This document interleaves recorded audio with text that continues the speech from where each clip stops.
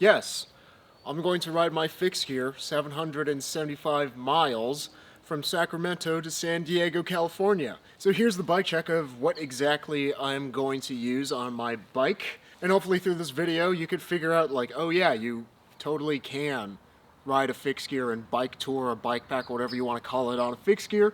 And hopefully my setup will inspire you to go out and do your own stupid bike adventure. Speaking of a stupid bike adventure, shout out to Wabi Cycles for sponsoring this video, these upcoming videos, and all this entire bike packing trip. Go check them out, linked in the description. We're gonna start off with the Frameset. So this is Pete. He is the special edition 1 of 25 purple Wabi Special as per my request. And they did sell out in less than 24 hours, so you gotta hop on these things whenever they come back in stock. The Wabi Special has been my only bike for the past 3.5 years now, and I'm perfectly happy only riding one bike because this one is so good. Like, it's just such a versatile frame set. I love the geometry on this thing. It's somewhere between like track geometry and classic old steel road bike geometry. So it's super comfortable to ride on long distances. It can fit up to 35C tires without brakes. 32 with brakes, that's what I'm running right now. I do ultra long distance on this thing. I do fast short distance rides on this thing. I take it trackload crossing. Anything I throw at the Wabi Special, it handles phenomenally, and it just keeps on impressing me. Reynolds 725 steel to keep it nice and lively, and I find that steel is also just a really great material if you are loading the bike down. It just responds really predictably, and it still gives you a lot of control over the bike. The steel is real. Up at the cockpits, we have my favorite, most comfortable handlebars, the Nitto Noodles in 48 centimeter. That's the widest they come in, and like, I have pretty big shoulders. I probably could get away with 46, but I just like it when my bars are a little bit wider. Lots of hand positions, because you need all the hand positions you can get when you're riding ultra long distance, like almost 800 miles. Like, the tops are great, the corners are great, right before the hoods are great, the hoods are great, and I am running hoods because I'm not trying to descend for an hour straight while riding brakeless. And if you can, props to you, but I'm gonna take a chill and run the front brake while also getting an additional hand position for comforts. For the brake, it's a Wabi front brake. I believe they source it from Tektro, just without the logo, so it looks super clean. And I replaced the stock brake pads with Cool Stop Salmon brake pads because these will actually get me down a mountain, and that's kind of nice. Negative 17 degree Nitto UI86BX. Wow, what a wonderful name. Stem. And went for the negative 17 because keep it parallel with the top tube. It brings joy to my heart. I'm probably going to hate it when I'm riding 800 miles, but the positive side of a negative 17 degree stem, you can flip it over, make it plus 17 degrees, so I may chicken out on over the course of the ride and flip it over. We'll see if it has to come to that. And then moving on back to the Seatpost, Paul Tall and Handsome Seatpost paired with a Brooks Swift saddle, the most comfortable saddle I've ever ridden. I ride in jeans almost exclusively. I'm not going to wear bike shorts on this ride. I'm going to be riding in jeans for 800 miles. And this saddle will allow me to do that. I have probably like 12 or 13,000 miles on this saddle. It is very well broken in, and it is perfectly comfortable even in jeans. And I have the Paul Tall and Handsome seat post because I really like 2-bolt seat posts. This is the only one that was long enough and had enough setback for the Brooks saddle. For the crankset, we have Sugino 75s paired with a fill wood bottom brackets. It's super solid, it looks really dope, and the pedals are MKS GR-10s with all city plastic double clips and Toshi Double Straps in red. The most comfortable pedal setup I've ever used. Not riding clipless because I find that it hurts my knees, and also walking is nice. The gearing, we have a 49 tooth Alter Apollo chainring, 1 of 50 in this special purple pink swirl anodization. Was a gift from my buddy Hal, the owner of Faith Gear, who is buddies with the owner of Alter, and they were able to hook it up with one of these. I love this thing. And so 49 tooth in the front. I have 2 gears on the back. This one on this side of the hub is a 22 tooth All City, and that's like the biggest cog that I can find. And as far as I know, the biggest fixed cog that they make when riding ultra long distance. You don't want to push yourself too hard. You don't want to push a gear that's going to wear you out. It's much better to spin.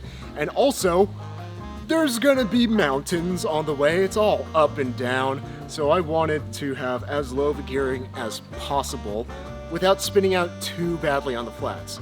And I was test riding this gear ratio, 49-22, it's such a weird ratio, the other day.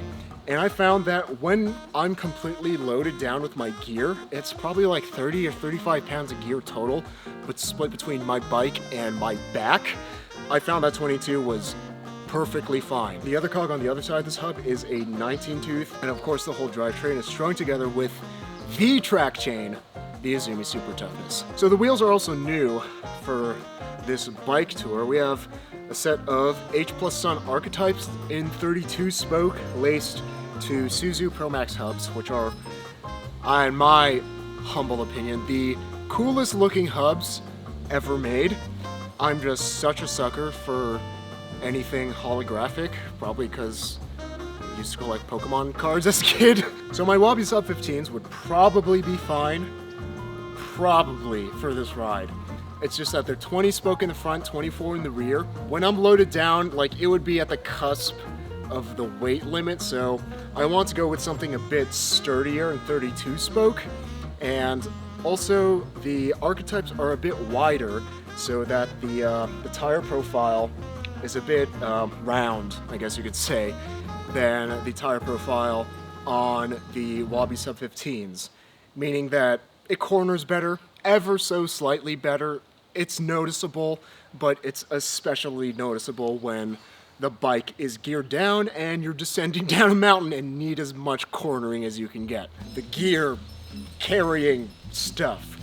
Up at the front, we've got a Nitto Simworks Abento front rack. Fillet brazed. It is a beautiful rack.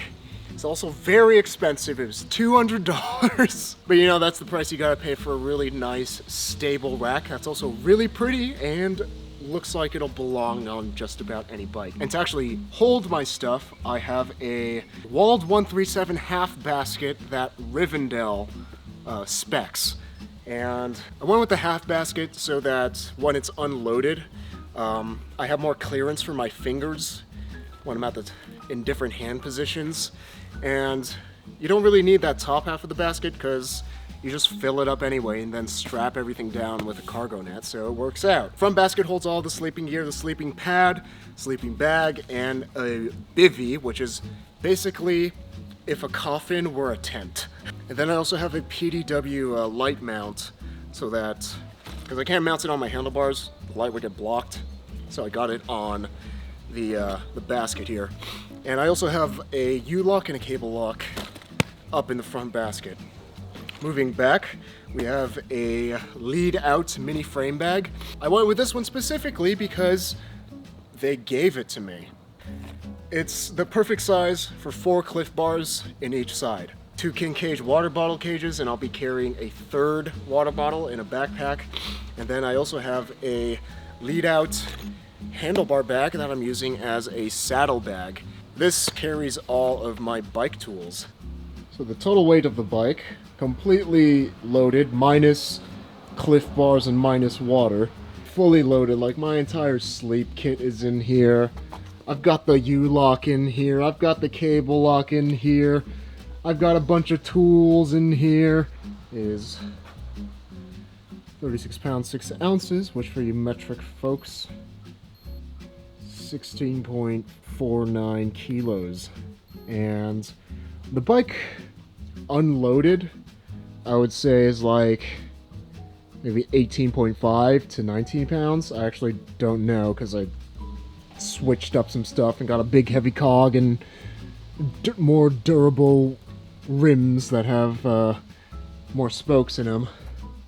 Also added some brakes, so probably closer to 19 would be my guess. So it's about 17 pounds of gear that I'm carrying on the bike. So I'm carrying pretty much a Wabi Special worth of weight on my Wabi Special. Pretty bare bones setup, as we like to keep things in the fixed gear world. Don't get me wrong, while this is a really sick setup, and I'm sure that this is plenty for riding 800 miles, remember that you don't need the fanciest gear to do a bike tour. What matters the most in a bike tour is that you have the desire to do it.